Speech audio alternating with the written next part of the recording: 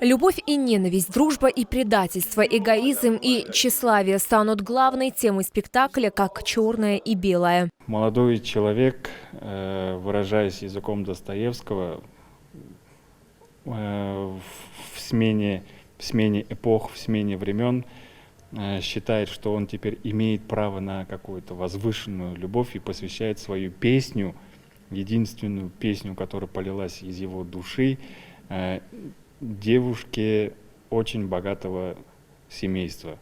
И эта песня для него становится роковой. Хамдия – юная дочь знатного Мирзы Салима, с трепетом ждет первой любви светлой и возвышенной. И дворянка ставит условие, что отдаст свое сердце только тому, кто сложит о ней песню. Но гордая красавица не могла знать, что ее каприз и игра условий таят роковую опасность. Я играю роль Хамдии, и этот персонаж был очень сложен для меня играть и делать этого персонажа. Она храбрая сердцем, она очень, она знает, чего она хочет, и она добьется того, что она себе придумала, задумала, и свою сказку сделает потрясающе. В этом спектакле я играю некого пастуха по имени Бакый.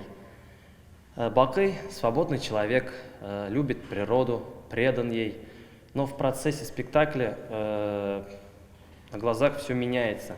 Он предает природу, предает свою возлюбленную, предает своего друга Шахтемера и влюбляется в дочь Салима Мурзы. Музыку к постановке подготовила челнинский композитор, член Союза композиторов Республики Татарстан Гульназ Закирова. Это ее далеко не первая работа, но на этот раз с привлечением живого аккомпанемента в репертуаре театра появится очередное красивое музыкальное сопровождение к спектаклю. Отнеслись очень серьезно к музыкальному оформлению, использовали только живые инструменты, которые были характерны как раз-таки для музыки начала 19-го, конца 18 века. Это скрипки, там, баян, думбра, вот все в натуральном, аутентичном практически исполнении прозвучит. Увидеть премьеру спектакля «Ак-Калфак» челнинцы смогут уже на этой неделе 13, 14 и 15 октября. Лилия Гатина, Ленар Султанов. Новости Набережные Челны.